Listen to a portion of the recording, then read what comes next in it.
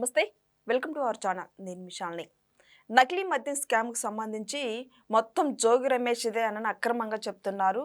అసలు అక్రమంగా అరెస్ట్ చేశారు జోగి రమేష్ని. అసలు జోగి రమేష్ అది ఏ పాత్ర లేదు అని జగన్మోహన్ రెడ్డి నేను ప్రెస్ మీట్లో విమర్శించి మాట్లాడుతున్నాడు. నిజంగా ఇక జోగి రమేష్ అసలు ఏ పాత్ర లేదా నకిలీ మద్యం స్కామ్కు సంబంధించి? అయితే దీని మీద పూర్తిగా విశ్లేషించడానికి మన స్టూడియోలో ఉన్న senior journalist doctor Kanakadurga Vadlamani గారు ఉన్నారు. వారిని అడిగి విషయాలను తెలుసుకునే ప్రయత్నం చేద్దాం. నమస్కారం మేడం. నమస్తే అండి. మేడం, నకిలీ మద్య స్కామ్కి సంబంధించి చట్టం తన పని తను చేసుకుంటూ పోతుంది. అయితే అసలు జోగి రమేష్ పాత్ర ఏమీ లేదని నిన్న జగన్మోహన్ రెడ్డి అంటున్నాడు. ఇది ఎంతవరకు వాస్తవం అంటారు మేడం? భలే వాళ్ళు, మీరు నన్ను అడుగుతారేంటి వాస్తవం గురించి? జగన్మోహన్ రెడ్డిని అడగాలి. ఆయన ప్రెస్ మీట్ పెట్టారు, ఆయన మాట్లాడాలనుకున్నావు మాట్లాడారు, ఆయన ఏం చెప్పాలనుకున్నారు చెప్పారు. మీరు వినాలనుకున్నా వినండి, అక్కర్లేను అనుకున్నా వదిలేయండి. ఆయన మాట్లాడే మాటల్లో వాస్తవం ఏమైనా ఉందా అని మాత్రం వెతకాలి. నేతి బీరకాయలో నెయ్యి అంత, జగన్ మాట్లాడే మాటల్లో నిజం ఎంత అని ఒక టైటిల్ పెట్టుకోవాలి మనం. అందుకని ఆయన ప్రెస్ మీట్ పెడతాడు. ఇప్పుడు ఏంటంటే ఇవాళ పరకామణి విచారణ ఉంది, సో అందుకని నన్ను వచ్చాడు హడావిడి. పాప అన్ని అంశాల మీద ఆయన కూలంకషంగా మాట్లాడారు. పాప మాట్లాడడంలో చాలా తప్పులు ఒప్పులు కూడా ఉన్నాయనుకోండి.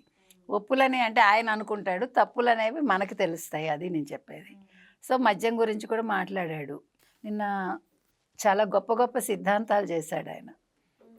9 నోట్లు 72,000 14.4 లక్షల కోట్లు అక్కడ ఇచ్చేశారు.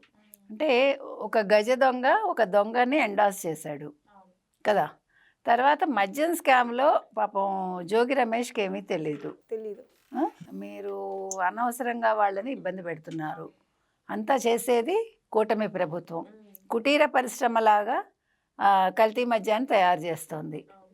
అంటే మరి మచిలీపట్నం వెళ్ళి ఎవడు గొడవ చేశాడు, ములకల చెరువులో ఎవడు గొడవ చేశాడు? ఇదే జోగి రమేష్ ములకల చెరువుకి వెళ్ళాడు, ఇదే జోగి రమేష్ మచిలీపట్నం వెళ్ళి ఇగో ఇక్కడ ఇలా కాస్తున్నారు అని చూపించాడు. అవును, జోగి రమేష్కి ఎలా తెలుసు జగన్మోహన్ రెడ్డి? మరి పాప అమాయకుడు కదా. అమాయకులకు అసలు అది కల్తీ మద్యం అని ఎలా తెలుస్తుంది? తెలియదు కదా. మరి అక్కడే కాస్తున్నారని ఎలా తెలిసింది? అంటే ఆయన 6 సెన్స్ చెప్పిందా?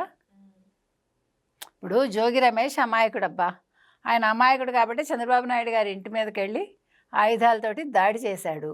కానీ అది దాడి కాదు, నిరసన అని మొన్న ఇటీవల కాలంలో వాళ్ళు నొక్కి వక్కాణించారు. అంటే నిరసన చెయ్యాలంటే మీరు ఆమరణ నిరాహార దీక్షలు అవి చేయకూడదు. అర్థమైందా మీకు? మీరు నిశ్శబ్దంగా నిరసనలు తెలపకూడదు. ఆయుధాలు తీసుకుని ప్రత్యర్థి ఇంటి మీదకి వెళ్ళి చంపడానికి వెళ్ళాలి. ఇప్పుడు కొత్త రూలు ఫ్రేమ్ చేసింది ఎవరు? వైసీపీ. అలాగే ఇంకో కొత్త రూల్ ఏంటంటే జోగి రమేష్ లాంటి వాళ్ళు ఎక్కడెక్కడ నకిలీ మద్యం కాస్తారో వాళ్ళకి తెలుస్తుంది, ఎందుకంటే వాళ్ళు చేస్తారు కాబట్టి. కానీ వాళ్ళకి తెలియదు, వాళ్ళు చేయరు అని జగన్మోహన్ రెడ్డి చెప్తాడు.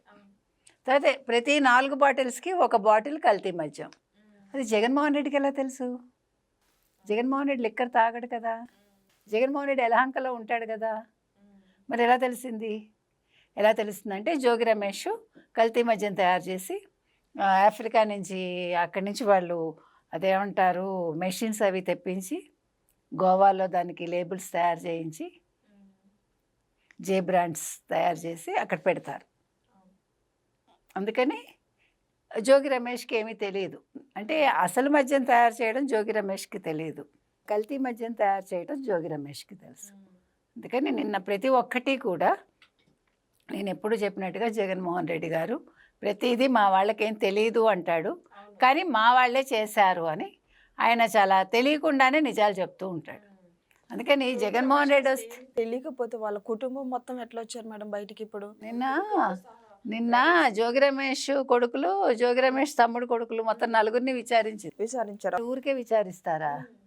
దాని మీద జగన్మోహన్ రెడ్డి చెప్పాలి. అసలు ఇంకొకటండి, ఇట్లా కేసు నడుస్తూ ఉంటే ఇలా వచ్చి వీళ్ళు మాట్లాడితే ఇలా మాట్లాడే వాళ్ళ మీద కేసు పెట్టాలి. అర్థమైందా?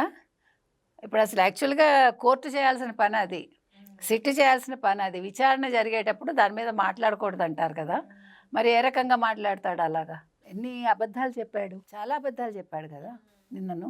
కాబట్టి నేను చెప్పేది ఏంటంటే నిన్న ఏదైతే జగన్మోహన్ రెడ్డి మాట్లాడారో దాన్ని మీరు కన్సిడర్ చేయక్కర్లే. అంటే ఆయన అది అబద్ధం అన్నారంటే అది నిజంగా నిజమని మీరు అంటే తీసుకోవాలి. అట్లా కరెక్టే. జగన్మోహన్ రెడ్డి ఇలా చెప్పారంటే ఇందులో నిజమే ఉంటుంది, అబద్ధం ఉండదు అనుకోవాలి. ఆయన మాట్లాడిన దాన్ని మీరు రివర్స్‌గా తీసుకోవాలి. ఇప్పుడు అందరినీ కాపాడడానికి వచ్చాడు నిన్న. నిన్న పోసాని గురించి మాట్లాడాడు, పిన్నెల్లి బ్రదర్స్ గురించి మాట్లాడాడు, తర్వాత వల్లభనేని వంశీ గురించి మాట్లాడాడు. అందరూ అమాయకులే. బూతులు మాట్లాడే వాళ్ళందరూ అమాయకులే.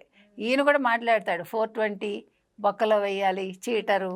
ఏం మాట్లాడుతున్నాడు? అసలు నువ్వు ముఖ్యమంత్రిగా పనిచేసావా జగన్మోహన్ రెడ్డి అని అనుమానంగా ఉంది ప్రజలకి.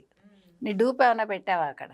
అందుకని నిన్న అసలు ఆయన మాట్లాడింది చాలా తప్పు మాట్లాడాడు, అబద్ధాలు మాట్లాడాడు, లేనిది ఉన్నట్టు చెప్పడానికి ప్రయత్నించాడు, తన వాళ్ళని కాపాడుకునే ప్రయత్నం చేశాడు. వైవి సుబ్బారెడ్డిని ముఖ్యంగా కాపాడడానికి వచ్చాడు ఆయన. కానీ అదేంటి కల్తీ నెయ్యి గురించి ఏదో జంతువు అంటే మరి ఈయనకి ఎలా తెలుసో మనకు తెలీదు. వాళ్ళ పొన్నవోలే చెప్పాడు కదా, పంది కొవ్వు కలుస్తుంది కొన్నిసార్లు అలా. మళ్ళీ ఈయనే అన్నాడు కదా, అంతకుముందు కూడా ఏమన్నాడు జగన్మోహన్ రెడ్డి, జంతువులు ఏవేవో తింటూ ఉంటాయి ఆవులు అవిను, దానివల్ల పాలల్లో మార్పు వస్తుంది, అది జంతువుల కొవ్వు కిందకే వస్తుంది, ఏంటో చెప్పాడు. కొత్త కొత్త సిద్ధాంతాలంతా కూడా. తిండి సక్రంగా తినకపోతే కూడా ఏంటవుతుంది, అప్పుడు పాలు సరిగా ఇవ్వవా, అప్పుడు ఇట్లా ఏదో కల్తీలు వస్తాయి, ఏంటో చెప్పాడబ్బా. భలే సక్రమంగా తినకపోతే కూడా కల్తీ వస్తుంది అని చెప్పాడు. ఏంటో కొత్త కొత్త సిద్ధాంతాలు మనకు తెలియదు. అంటే మనకి తెలిసి మనం తినకపోతే ఏమవుతుంది, నీరసం వస్తుంది అంతే. కానీ ఆవులు తినకపోయినా గేదెలు తినకపోయినా వాటికి పాలు కల్తీగా వస్తాయి, అప్పుడు కల్తీ నెయ్యి వస్తుంది. మీరు అది కొత్త సిద్ధాంతం రాసి పెట్టుకోండి.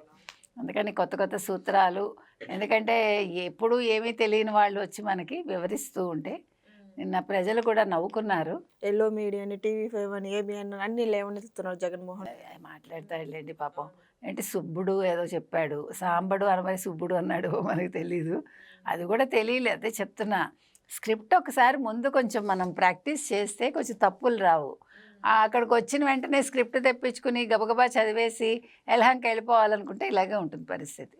అందుకని ఈ నిన్న మాట్లాడిన మాటల్లో లేదు మేమే చేశాము, లిక్కర్ స్కామ్ మాదే అని ఒప్పుకున్నాడు ఆయన ఇండైరెక్ట్గా.